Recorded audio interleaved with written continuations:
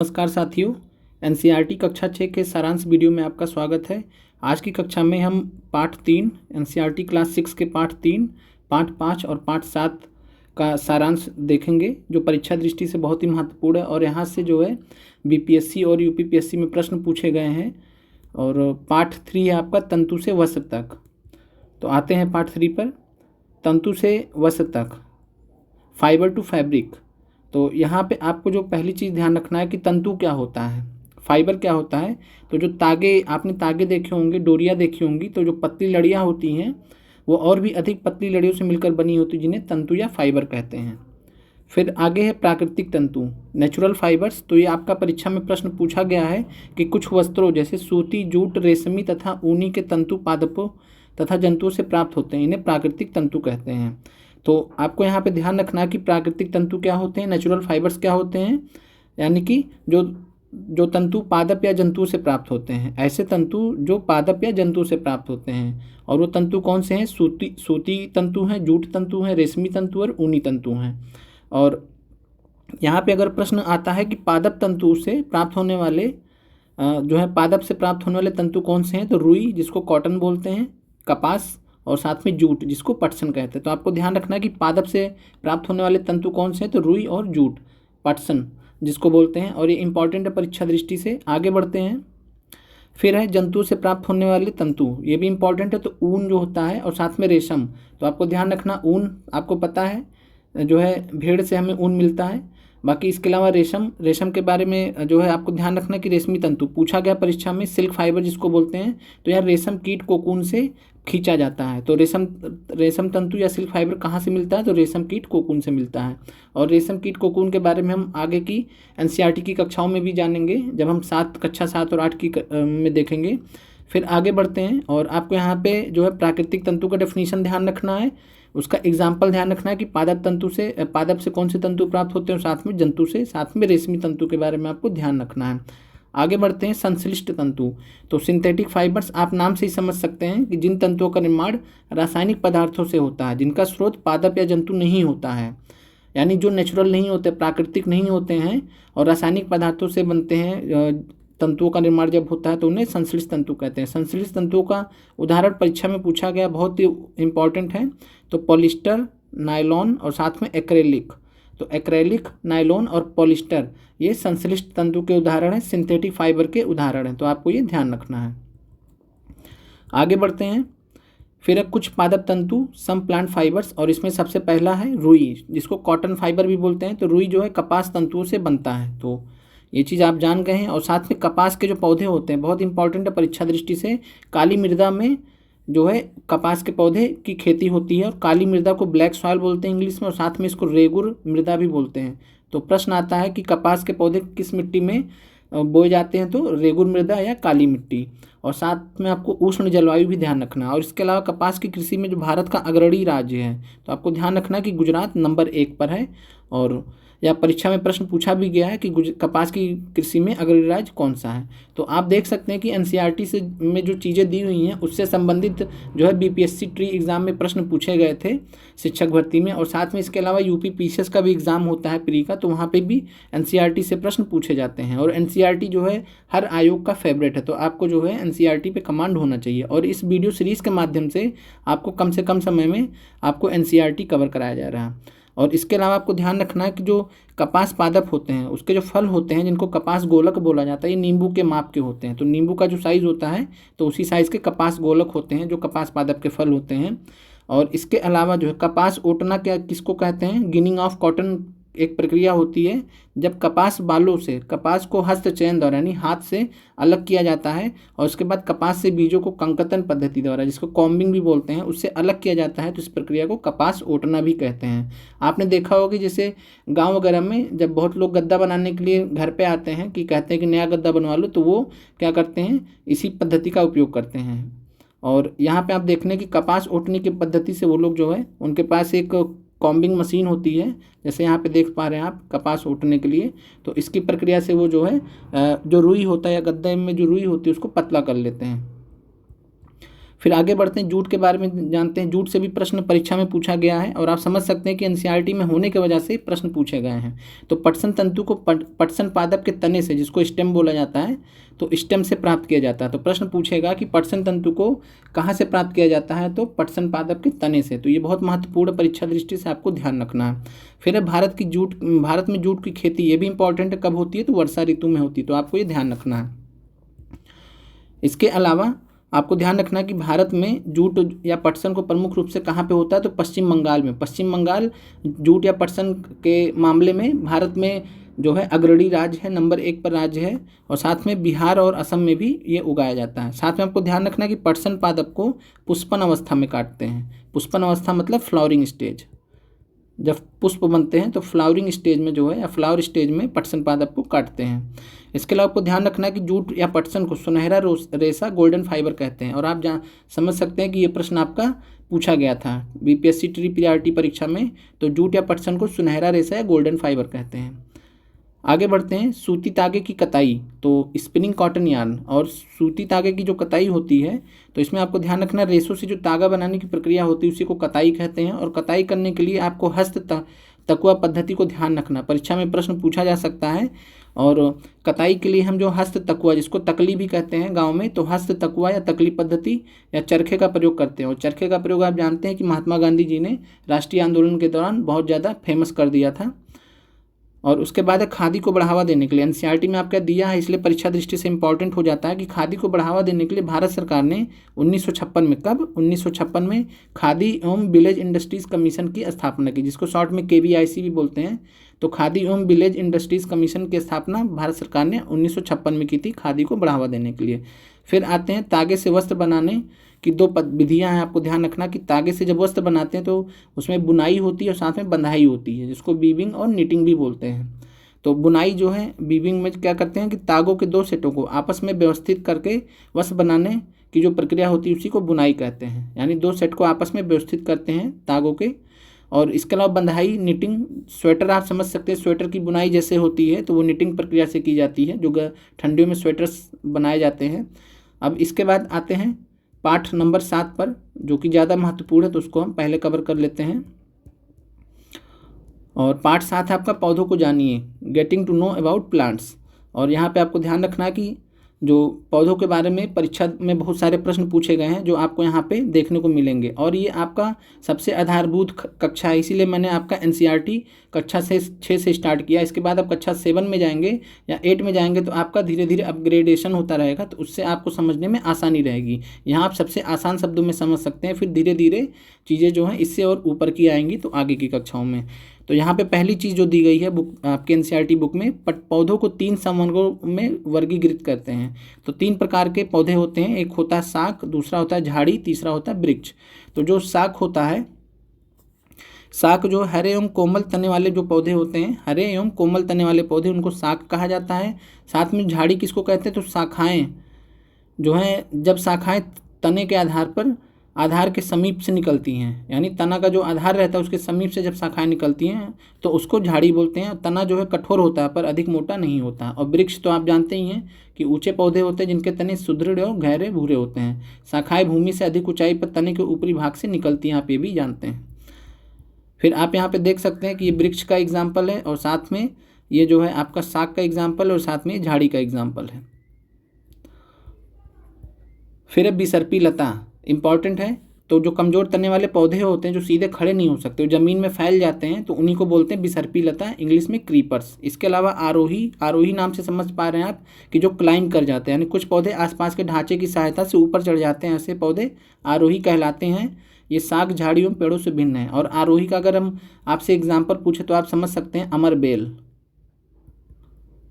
अमरबेल आपने नाम भी सुना होगा। तो अमरबेल जो पौधे होते हैं ये पौधे आरोही कहलाते हैं, क्योंकि ये जो है किसी भी मतलब पेड़ पे भी जो है चढ़ाई मतलब चढ़ के जो है डेवलप कर लेते हैं अपने आप को, या किसी मकान वगैरह में भी चढ़ के अपने आप को डेवलप कर लेते हैं। फिर आगे देखते हैं तना को जो है इंग्लिश में स्टेम बोला जाता है। और तने से संबंधित आपको इम्पॉर्टेंट फैक्ट ध्यान रखना है कि जो जल होता है तने में ऊपर की ओर चढ़ता है।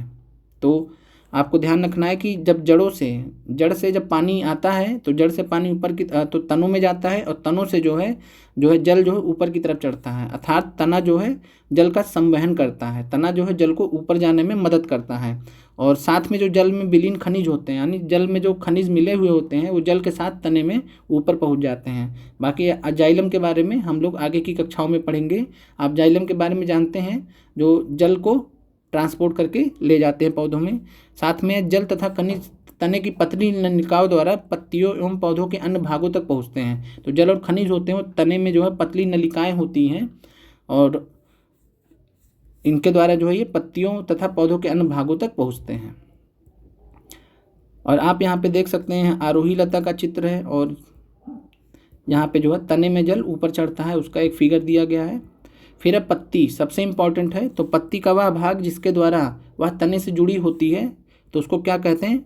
पर्णवृंत कहते हैं। तो पत्ती का वह भाग जिसके द्वारा वह तने से जुड़ी होती है उसको पर्णवृंत कहते हैं। और पत्ती के यहाँ पे चपटे हरे भाग को फलक कहते हैं। मैं फिगर के माध्यम से आपको दिखा दे रहा हूँ। फिर है पत्ती की रेखित संरचनाओं को सिरा कहते हैं। पत्ती की जो रेखित संरचनाएं होती हैं उनको सिरा कहते हैं। साथ में जो मध्य सिरा क्या होता है? तो पत्ती के मध्य एक मोटी सिरा होती है जिसको मध्य सिरा कहते हैं। तो पहले हम इनको समझ लेते हैं। तो आप यहाँ पे देख पा रहे हैं कि जो है पर्णवृंत है, और ये अगर आपका देखा जाए तो ये आपका मध्य सिरा है, यानी पत्ती के मध्य है तो मध्य सिरा है। और यहाँ पे आपका जो है पटल दिया हुआ है, और साथ में आपको जो है ये जो चपटा हरा भाग यहाँ पे देख पा रहे हैं तो ये आपका चपटा हरा भाग देख पा रहे हैं तो ये आपका फलक है। फिर आते हैं सिरा विन्यास पर। तो पत्तियों पर सिराओं द्वारा बनाए गए डिजाइन को सिरा विन्यास कहते हैं। तो पत्तियों पर सिराओं द्वारा जो डिजाइन बनाए जाते हैं उन्हीं को क्या बोलते हैं? सिरा विन्यास। तो आप फिगर में देखिए जो डिजाइंस आपको नज़र आ रहे हैं, ये डिजाइंस आपको जो नज़र आ रहे हैं तो ये जो डिजाइंस हैं तो ये क्या बोलते हैं? सिरा विन्यास। फिर आगे बढ़ते हैं जालिका रूपी। तो जालिका रूपी जो है सिरा विन्यास दो प्रकार के होते हैं। तो जब सिरा विन्यास जो है मध्य सिरा के दोनों ओर जाल जैसा होता है तो यह सिरा विन्यास जालिका रूपी कहलाता है। तो आपको ध्यान रखना है कि जब सिरा विन्यास मध्य सिरा के दोनों ओर जाल जैसा प्रतीत होता है तो वह सिरा विन्यास जालिका रूपी कहलाता है। फिर है समांतर सिरा विन्यास। आपको ध्यान रखना है कि घास की पत्तियों में प्रश्न पूछेगा समांतर सिरा विन्यास किस में पाया जाता है? तो घास की पत्तियों में जो है समांतर सिरा विन्यास पाया जाता है। तो आपको यह ध्यान रखना है। तो घास की पत्तियों में समांतर सिरा विन्यास पाया जाता है। ये सिराएं एक दूसरे से समांतर होती हैं, ऐसे सिरा विन्यास को समांतर सिरा विन्यास कहते हैं।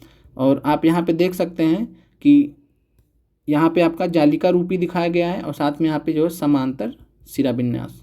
ये आपका घास का हो गया, और साथ में ये आपका जो है जालिका रूपी हो गया।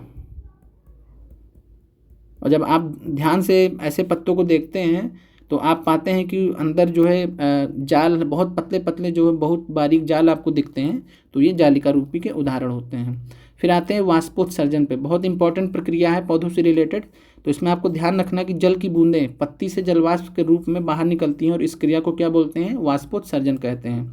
और इस प्रक्रम द्वारा पौधे बड़ी मात्रा में जल को वायुमंडल में छोड़ते हैं। तो आपको से प्रश्न पूछेगा कि किस प्रक्रिया के द्वारा जल की बूंदें पत्ती से जलवाष्प के रूप में बाहर निकलती हैं? तो वह प्रक्रिया कौन सी? वाष्पोत्सर्जन, जिसको ट्रांसपीरेशन बोलते हैं इंग्लिश में। और इस प्रक्रिया द्वारा पौधे बड़ी मात्रा में जल को वायुमंडल में छोड़ते हैं। फिर आगे आते हैं प्रकाश संश्लेषण पर, फोटोसिंथेसिस पर। तो आप जानते हैं कि पत्तियां प्रकाश और हरे रंग के एक पदार्थ होता है जिसको क्लोरोफिल बोलते हैं। तो क्लोरोफिल की उपस्थिति में जो अपना भोजन बनाती हैं, और साथ में इस प्रक्रिया में किसका प्रयोग होता है? तो जल और कार्बन डाइऑक्साइड का। और इसके अलावा आपको ये भी पता है कि जो प्रकाश संश्लेषण की प्रक्रिया होती है वहाँ पे O2 की ज़रूरत नहीं पड़ती है, ऑक्सीजन की ज़रूरत नहीं पड़ती है, जबकि ऑक्सीजन जो है इस प्रक्रिया में ऑक्सीजन बनता है, निकलता है।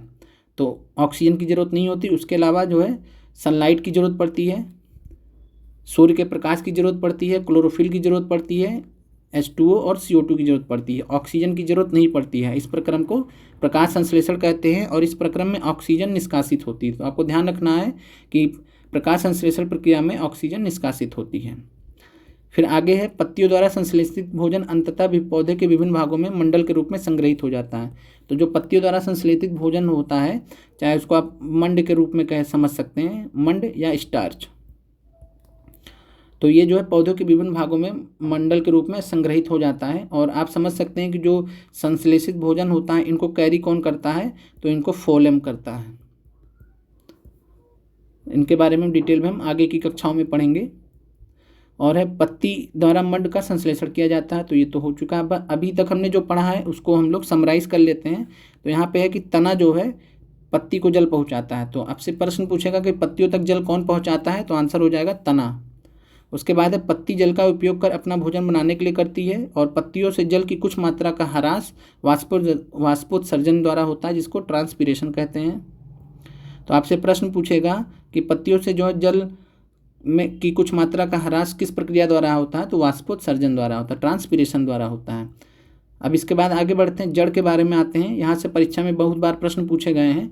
तो जड़ के बारे में आपको ध्यान रखना, रूट्स। तो जड़ें जो हैं वो पौधों को मिट्टी में मजबूती से जमाए रखती हैं, और इन्हें मिट्टी में पौधों का स्थिरक कहा जाता है। यानी कि पौधों का जो स्थिरक होती हैं, पौधे को स्टेबिलिटी देती हैं जो जड़ें होती हैं। और जड़ें दो प्रकार की होती हैं, बहुत इंपॉर्टेंट है। एक होता है मूसला जड़ें, दूसरा होता है रेशेदार जड़ें, जिसको जकड़ा जड़ भी बोलते हैं। इसको इंग्लिश में टैप रूट बोलते हैं, और हिंदी में यहाँ रेशेदार जड़ को जो है फाइब्रस रूट बोलते हैं। तो आपको यहाँ पे जो है ध्यान रखना है कि जो मूसला जड़ें होती हैं वो क्या होती हैं। तो जो जालिका रूपी हमने सिरा विन्यास देखा था, तो जिन भी पौधों की जड़ों में जालिका रूपी सिरा विन्यास से जो पत्तियाँ होती हैं, जिन पौधों की पत्तियों में जालिका रूपी सिरा विन्यास होता है, तो उनकी जो जड़ें होती हैं वो मूसला जड़ें होती हैं। तो आपको ध्यान रखना है कि जालिका रूपी सिरा विन्यास युक्त वाले पौधों की जड़ों को मूसला जड़ें कहते हैं। और इसके अंतर्गत दो जड़ें होती हैं, एक होती मुख्य जड़ें जिसको मूसला जड़ बोलते हैं, और एक होती छोटी जड़ जिसको बोलते हैं पार्श्व जड़। और आपको इसका उदाहरण ध्यान रखना है, और इसका उदाहरण है चुकंदर, जो इंपॉर्टेंट है परीक्षा दृष्टि से। गाजर इंपॉर्टेंट है, साथ में गाजर मूली इंपॉर्टेंट है, और एक सलजम। और इसके अलावा दलहनी फसलें जो होती हैं वो भी आपकी मूसला जड़ की उदाहरण होती हैं। और इसके अलावा जो है आपको ध्यान रखना है कि जो है रेशेदार जड़ें कौन सी होती है, तो यहाँ पे समानांतर हो जाएगा।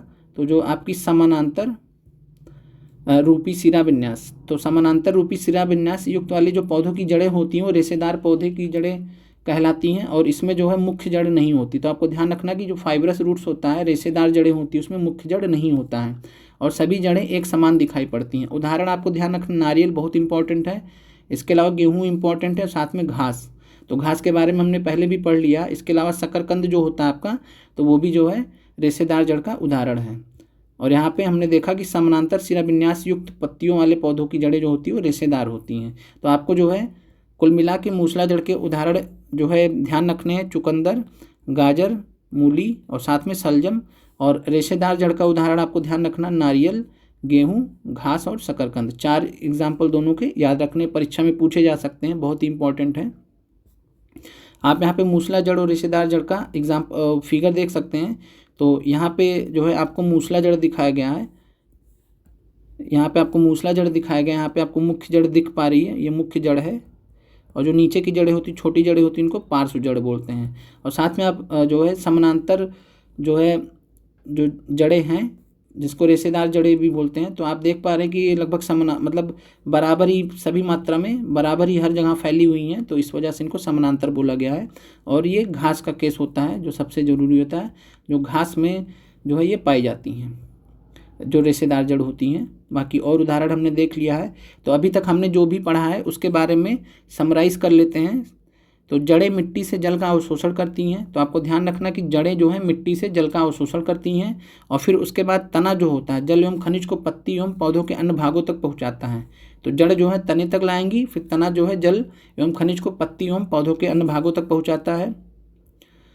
और आपको यहाँ पे ध्यान रखना है कि जो जड़ें होती हैं मिट्टी से जल का अवशोषण किस प्रक्रिया के थ्रू करती हैं, तो उसको बोलते हैं केशिकत्व। इसको कैपिलैरिटी भी बोलते हैं, कैपिलैरिटी। फिर आगे है पत्तियां भोजन संश्लेषित करती हैं, और इसके अलावा यह भोजन तने से होकर पौधे के विभिन्न भागों में संग्रहित हो जाता है। तो आपको ध्यान रखना है कि पत्तियां भोजन प्रकाश संश्लेषण के माध्यम से करती हैं, और जो संश्लेषित भोजन होता है वह तने से होकर पौधे के विभिन्न भागों में संग्रहित हो जाता है। उसके बाद है कि यहाँ पे आपको ध्यान रखना, जो एक तना होता है वह दो तरफा मार्ग की तरह काम करता है। एक तरफा क्या होता है, जल और खनिज जो है वो जड़ से ऊपर की तरफ जाते हैं, और साथ में जो संश्लेषित भोजन होता है वो नीचे की तरफ, जो विभिन्न जो भाग होते हैं पौधों के वहाँ तक जाते हैं संश्लेषित भोजन। और आपको पता है कि जल और खनिज को जो है कौन ले जाता है, तो जाइलम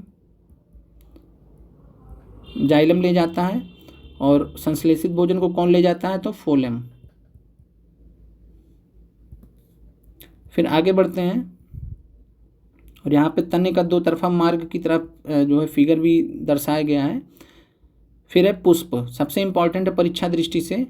और पुष्प के बारे में आपको जो है ध्यान रखना कि पुष्प के भाग क्या क्या होते हैं। तो पुष्प के जो बाहरी भाग होते हैं वो पंखुड़ियाँ होती हैं, जिनको पीटल्स बोलते हैं। तो पुष्प की जो पंखुड़ियाँ होती हैं वो खिले हुए पुष्प का प्रमुख भाग होती हैं। तो प्रश्न पूछेगा कि खिले हुए पुष्प का प्रमुख भाग कौन सी हैं, तो पुष्प की पंखुड़ियाँ, जिनको पीटल्स बोलते हैं। इसके अलावा बाह्य दल कौन से होते हैं, सीपल्स जिनको बोलते हैं। तो बाह्य दल जो है कली का प्रमुख भाग होता है। तो आपको ध्यान रखना, पंखुड़ियाँ जो है वो खिले हुए पुष्प का प्रमुख भाग है, और साथ में बाह्य दल जो है वो कली का प्रमुख भाग होता है। यह भाग छोटी पत्ती की तरह दिखाई देता है, तो आपको ध्यान रखना है। फिर यहाँ पे आप देख पा रहे हैं पंखुड़ियाँ, और इसके अलावा बाह्य दल आप यहाँ पे देख पा रहे हैं पुष्प कलिका एवं पुष्प। फिर है बहुत इंपॉर्टेंट है पुष्प के आंतरिक भाग। तो आंतरिक भाग की जब हम बात करते हैं तो जो पुष्प के जो रिप्रोडक्टिव भाग है उनके बारे में बात करते हैं। पुंकेसर, ये मेल पार्ट होता है जिसको इंग्लिश में स्टेमन बोला जाता है। दूसरा पार्ट होता है आपका स्त्री केसर, जो कि फीमेल पार्ट होता है पुष्प में। और पुष्प में मैं फिर से बता दे रहा हूँ, पुंकेसर आपका जो मेल पार्ट होता है, और स्त्री केसर आप स्त्री नाम से समझ सकते हैं, फीमेल पार्ट होता है। इसको इंग्लिश में स्टेमन बोला जाता है, और स्त्री केसर को पिस्टल बोला जाता है। जो पुंकेसर होता है वो क्रीम कलर का होता है, और ये ग्रीन हरे रंग का होता है स्त्री केसर। फिर आगे देखते हैं, तो यहाँ पे देख सकते हैं आप फिगर में दिया हो पुष्प के भाग में। तो यहाँ पे आपका पुंकेसर है, यहाँ पे देख पा रहे हैं, और स्त्री केसर है जो नीचे की तरफ आपका स्त्री केसर है। फिर है आगे है पुंकेसर के भाग। तो पुंकेसर के भाग आप देख पा रहे हैं, एक यहाँ पे परागकोश है और दूसरा यहाँ तंतु है। तंतु को जो है फिलामेंट बोलते हैं, और परागकोश को बोलते हैं एंथर। तो आपको यह ध्यान रखना है कि पुंकेसर जो है परागकोश और तंतु से मिलकर बना होता है। तो यहाँ पे आप देख पा रहे हैं कि पुंकेसर के जो है भाग कौन से हैं, तो परागकोश जिनको एंथर बोलते हैं, तंतु जिसको फिलामेंट बोलते हैं। ये आपसे प्रश्न पूछा जा सकता है, बहुत ही इंपॉर्टेंट है। फिर आते हैं स्त्री केसर के बारे में जानते हैं, और स्त्री केसर यहाँ पे आपका सबसे ज़्यादा इंपॉर्टेंट है। और स्त्री केसर जो है होता है वो क्या होता है, पुष्प के केंद्र में स्थित भाग को स्त्री केसर कहते हैं। यह डिफिनीशन एनसीईआरटी में दी गई है, तो इसलिए इंपॉर्टेंट है कि पुष्प के केंद्र में स्थित भाग को क्या कहते हैं, तो पुष्प के केंद्र में स्त्री केसर होता है। और स्त्री केसर के भाग कौन से हैं, तो वतिकाग्र, वतिकाग्र को स्टिग्मा बोलते हैं, और फिर है वर्तिका, और वर्तिका को स्टाइल बोलते हैं। फिर है अंडाशय जिसको ओवरी बोलते हैं। तो बहुत महत्वपूर्ण है स्त्री केसर के भाग, वतिकाग्र, वर्तिका और अंडाशय। प्रश्न में कई बार पूछा गया है। इसके अलावा आपको ध्यान रखना, अंडाशय में जो है बीजांड पाया जाता है, जिसको ओव्यूल्स बोलते हैं। तो प्रश्न पूछेगा बीजांड कहाँ पाया जाता है, पुष्प के स्त्री केसर के किस भाग में, तो अंडाशय में पाया जाता है। और आप यहाँ पे स्त्री केसर का भाग देख सकते हैं। तो आप यहाँ पे जो है सबसे ऊपर देख रहे हैं तो वर्तिकाग्र है, और यहाँ पे आपका वर्तिका है, और नीचे की तरफ आपका आएंगे तो अंडाशय है। और इसके अलावा आपको जो है ध्यान रखना है कि अंडाशय में जो है यहाँ पे जब अंडाशय को, यहाँ पे जो फिगर है आपका, तो अंडाशय की जो आंतरिक संरचना है, वो आंतरिक संरचना में हमें बीजांड मिलता है। तो आपको ध्यान रखना है बीजांड जो किसका पार्ट होता है, अंडाशय का पार्ट होता है। और अंडाशय के बारे में आपको ये ध्यान रखना कि स्त्री केसर का सबसे निचला एवं फूला हुआ भाग होता है। तो आपने फिगर में भी देखा है कि सबसे नीचे अंडाशय है और उसके ऊपर और पार्ट्स हैं। तो स्त्री केसर का सबसे निचला भाग है, और साथ में बीजांड आपको ध्यान रखना, अंडाशय में छोटी छोटी गोल संरचनाओं को बीजांड कहते हैं। तो आपको यह ध्यान रखना है। फिर आपका यहाँ पे जो है सारांश दिया हुआ है, एनसीईआरटी का सारांश दिया हुआ है। तो यहाँ पे जो जरूरी है मैं वहाँ पे उसको जो है रिवाइज कर दे रहा हूँ। सामान्यतः पत्ती में पर्णवृंत और फलक होते हैं। तो इसके बारे में हमने फिगर सहित देखा है कि पर्णवृंत और फलक होते हैं पत्ती में। फिर है पत्ती में सिराओं का प्रतिरूप सिरा विन्यास कहलाता है, यानी जो डिज़ाइन होता है सिरा, पत्ती में सिराओं का जो डिज़ाइन होता है उसको सिरा विन्यास कह लेते हैं। और यह जालिका रूपी या दो प्रकार का होता है, जालिका रूपी और समानांतर हो सकता है। समानांतर किस में पाया जाता है, घास में। फिर आगे बढ़ते हैं, पत्तियां वाष्पोत्सर्जन द्वारा जलवाष्प को वायु में निष्कासित करती हैं। बहुत इंपॉर्टेंट है, एग्जाम में पूछा जा सकता है। तो पत्तियां जो वाष्पोत्सर्जन द्वारा, जिसको ट्रांसपीरेशन भी बोलते हैं, इंग्लिश में। तो ट्रांसपिरेशन या वाष्पोत्सर्जन द्वारा क्रिया द्वारा जलवाष्प को वायु में निष्कासित करती हैं। फिर है हरी पत्तियां सूर्य के प्रकाश की उपस्थिति में वायु एवं जल से प्रकाश संश्लेषण द्वारा भोजन बनाती हैं, तो ये आप सबको पता है। फिर है जड़ें मिट्टी से जल एवं खनिज पदार्थों का अवशोषण करती हैं तथा पौधों को मिट्टी में दृढ़ता से जमाए रखती हैं। इसके बारे में हमने देखा है। जड़ आपकी दो प्रकार की होती हैं, तो मूसला जड़ और रेशेदार जड़। तो ये आपने देख लिया, मूसला जड़ और रेशेदार जड़। और मूसला जड़ और रेशेदार जड़ के आपको एग्जाम्पल याद रखने हैं। फिर है जालिका रूपी सिरा विन्यास युक्त पत्ती वाले पौधों की जड़ें मूसला जड़ होती हैं। तो हमने देखा है कि जालिका रूपी जो सिरा विन्यास युक्त वाले पौधे पत्तियां होती हैं, उनकी जिन पौधों की होती हैं उनकी जड़ें मूसला जड़ें होती हैं। इसके अलावा समानांतर सिरा विन्यास युक्त वाले जो पत्तियां होती हैं, तो उनके जो पौधे होते हैं वो जड़ें रेशेदार होती हैं। फिर तने द्वारा जड़ों से पत्तियों को जल और पत्तियों से भोजन पौधों के अन्य भागों तक पहुँचाया जाता है। पुष्प के विभिन्न भाग है, बाह्य दल, पंखुड़ी, पुंकेसर और स्त्री केसर। तो ये आपके बाहरी भाग और पुंकेसर और स्त्री केसर आपके आंतरिक भाग हैं। तो आपको ध्यान रखना। बाकी आपके समझ के लिए मैंने यहाँ पे और क्लियर फिगर जो है यहाँ पे लगा दी हैं। फिर हम लोग आते हैं पाठ नंबर 5 पर। तो बहुत उसमें ज़्यादा समय नहीं लगेगा और आपका ये एनसीईआरटी का सारांश वीडियो है जो आपके लिए बहुत ही महत्वपूर्ण है और यहाँ से परीक्षा में प्रश्न बार बार पूछे गए हैं, तो आपको यह ध्यान रखना है। और पाठ नंबर 5 है आपका पृथक्करण की जो प्रकार होते हैं उसके बारे में हमको जानना है। तो आते हैं पदार्थों का पृथक्करण। तो पाठ नंबर 5 है आपका पदार्थों का पृथक्करण। यहाँ पे पहला पॉइंट आपका दिया था कि मक्खन को पृथक करने के लिए दूध दही का मंथन किया जाता है। और तो यहाँ से आप लोग को ये भी ध्यान रखना है कि यहाँ पे तो मंथन दिया है, लेकिन जो प्रक्रिया होती है उसको क्या बोलते हैं, दूध से मक्खन को पृथक करने की जो प्रक्रिया होती है उसको अपकेंद्रण बोलते हैं। बुक में नहीं दिया हुआ है, तो आपको ध्यान रखना है अपकेंद्रण या सेंट्रीफ्यूगेशन प्रक्रिया द्वारा मक्खन को जो है दूध से पृथक किया जाता है। फिर है पृथक्करण की विधियाँ। तो इसमें आप थ्रेसिंग, जो किसान जो लोग जो हैं जो किसान भाई बंधु होते हैं वो इस्तेमाल करते हैं। तो डंडियों से अन्न कड़ों अथवा अनाज को पृथक करने का जो प्रक्रिया होता है उसको थ्रेसिंग कहते हैं। तो आपको ध्यान रखना कि अन्न कड़ को जो है डंडियों से अलग करने की जो प्रक्रिया होती है या अनाज को अलग करने की प्रक्रिया होती है डंडियों से, उसको बोलते हैं थ्रेसिंग। फिर निष्पावन। तो आप पावन नाम से समझ सकते हैं कि पावन का इस्तेमाल जब होगा, मिश्रण के अवयव को वायु के झोंके द्वारा मिश्रण से पृथक करने की जो विधि होती है उसको निष्पावन कहते हैं। यानी पवन का इस्तेमाल करके, वायु का इस्तेमाल करके जब मिश्रण से जो है अव्यय को अलग किया जाता है तो उसको निष्पावन कहते हैं।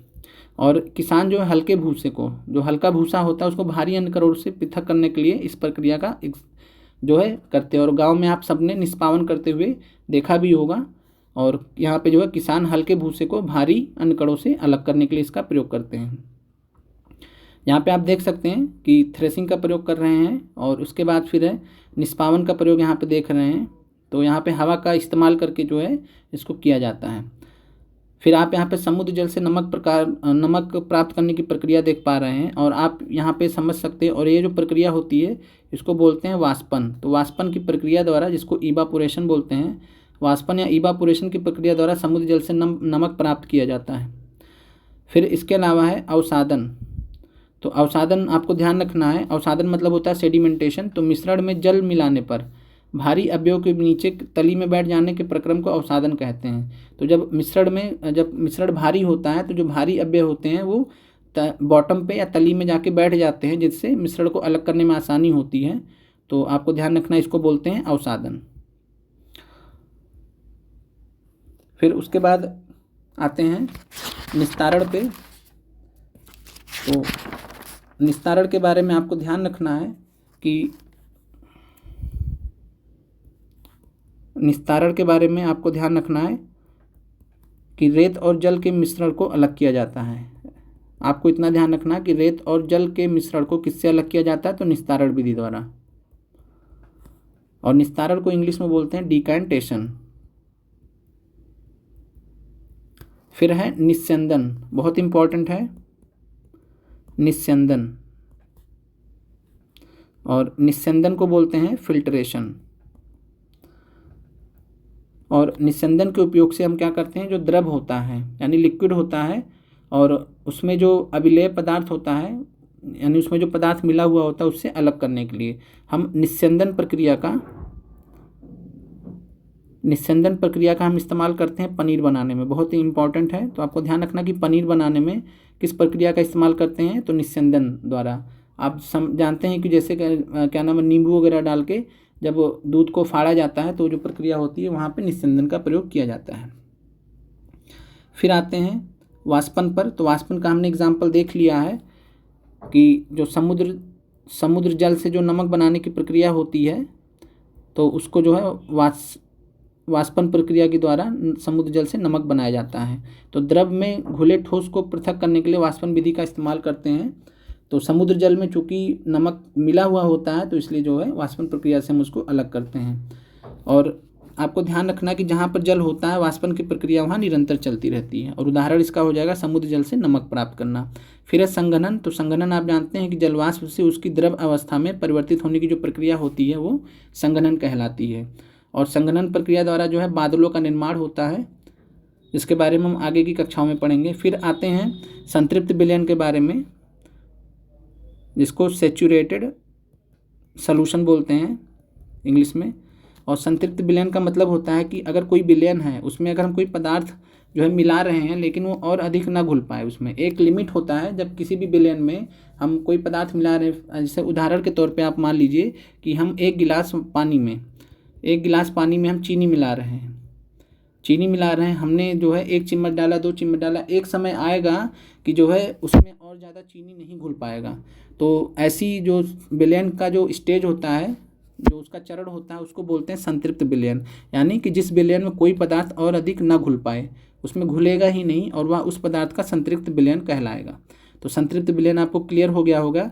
और इसके अलावा आपको प्रश्न पूछा जाता है कि किसी पदार्थ के विलयन को क्या करने पर उसमें और अधिक पदार्थ घोला जा सकता है। यानी संतृप्त विलयन अटेंड होने पे, संतृप्त विलयन प्राप्त कर लेने पर भी किसी पदार्थ के विलयन को जो है जब हम गर्म करते हैं, यानी जब उसका टेम्परेचर बढ़ा देते हैं, गर्म कर देते हैं, तो उसमें और अधिक पदार्थ घोला जा सकता है। तो ये आपको ध्यान रखना है।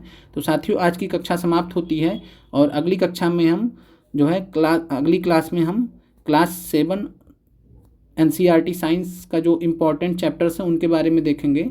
तो साथियों, मिलते हैं अगले वीडियो में। तब तक आप लोग जो है चैनल को शेयर और सब्सक्राइब कीजिए। धन्यवाद साथियों।